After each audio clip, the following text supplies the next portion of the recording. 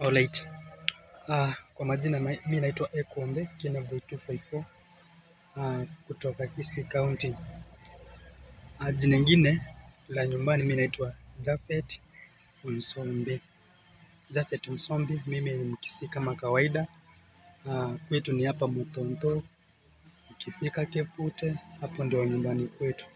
Ukiuliza wapi kwao Ekombe, utaelekezwa hadi ufike kwetu. So mimi ni mwimbaji wa gospel songs. Leo hii nimeona ni vyema at least nikuja hapa ili niwaambie kitu moja yenye nimegundua kwenye music. Mimi wakati nilianza kuimba nyimbo zangu around ilikuwa ni mwaka wa 20 ilikuwa 2015 ndio nilirekodi wimbo wangu wa kwanza, wimbo ambao unaitwa Ekombe, nani atakayepingana na Mungu. Ndio wimbo wangu wa kwanza nilirekodi. So kabla nirekodi wimbo niliunda nikaandika wimbo, lakini ikawa ni vigumu sana kwenda kwa studio kurekodi. So nikatafuta pesa mimi peke yangu, maana ilikuwa ni mwanzo wa kuanza kuimba. Nikatafuta pesa, nikaenda nikarekodi.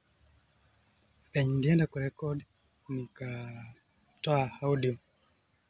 Penye nilitoa audio, so ikawa ni vigumu kutoa video, maana pesa sikuwa na pesa.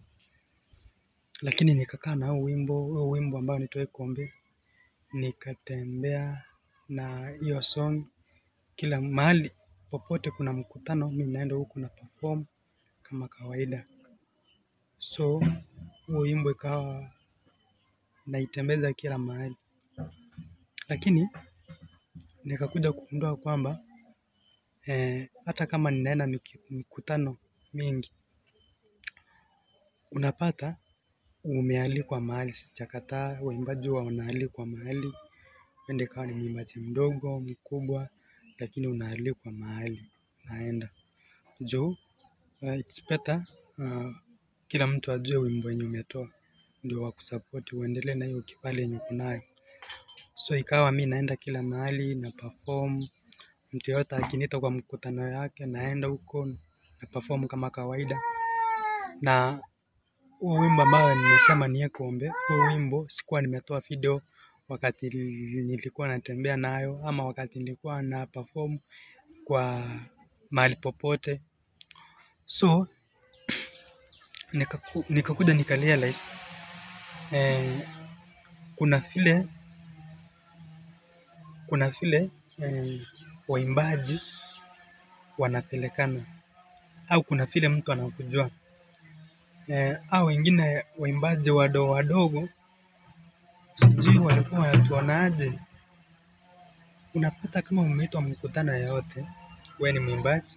Yes, uende kama wewe ni mwimbaji mkubwa au mdogo. Kama umeitwa mahali, utaweza kukutana na waimbaji wale wakubwa walianza kitambo, wamegrow kwa mambo ya music, na wewe ulianza juzi. Unapata kama ni mkutano umeitwa, kama ni huyu mtu mwenye alikuwa na mkutano, sema ni crusade au kitu yoyote, unaambiwa kuna mahali kuna mkutano, unaenda huko. Ukienda huko, mwenye alikualika huko hako yes, kwani umetumia transport yako kutoka kwenu hadi kwa huo mkutano, na ujui yule mwimbaji mkubwa mahali alialikwa, au hiyo sehemu yenye umeenda alialikwa na yeye huko, lakini ujui si vile anafika. Tuseme kama huyo mkutano ni wa 1 week, unafanya crusade 1 week. Wewe unaamka na vitu vyako juu ulialikwa mahali. Unajua ukialikwa mahali, mtu akikwambia kuna mkutano yenye niko nayo, huo mkutano utakuwa for 5 days ndio wamalize hiyo mkutano. So lazima ujipange kutoka kwenu ndio uende huko. Kama ni nguo utapepa, kitu yote unaenda kutumia huko.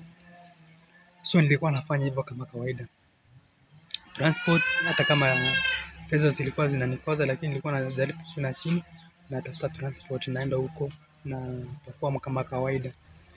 So nikakuja kugundua hii mikutano tunaenda na sisi ni waimbaji wadogo, unaenda kwa mkutano unakaa huko for 1 week, unakaa huko unaperform kila kitu unafanya. Ni mambo ya Mungu tutakataa. Lakini inafika ile siku ambayo unarudi au umemaliza ule mkutano, unarudi kwenu, unajipata una kitu yoyote, hata 5 bob hauna. Unakuja nyumbani, zile nguo zenye ulikuwa nazo umetumia kwa mkutano ni chafu. Ukifika kwenu hata sabuni ya kuosha hizo nguo hauna, na wewe ni mwimbaji hauna. Lakini umetembea kila mahali, sijakataa. Umefanya huduma ya Mungu, hiyo ni kazi ya Mungu, sijakataa. Unarudi, hata huyu mwenye alikuita wakati ulifika kwa mkutano hataki kukuangalia. So lakini hao waimbaji wakubwa unapata mwimbaji amekuja, kama yeye amekuja, tuseme kama yeye amekuja, ni ndio penye amekuja, unapata yeye analipa, anapatiwa transport, weka gari mafuta uende tena kesho huko. Lakini sisi waimbaji wadogo wenye hatuna kitu yoyote, unaachwa hivyo, hakuna kitu unapewa. Sijakataa, ni kazi ya Mungu. Kazi ni ya Mungu tunafanya, sijakataa.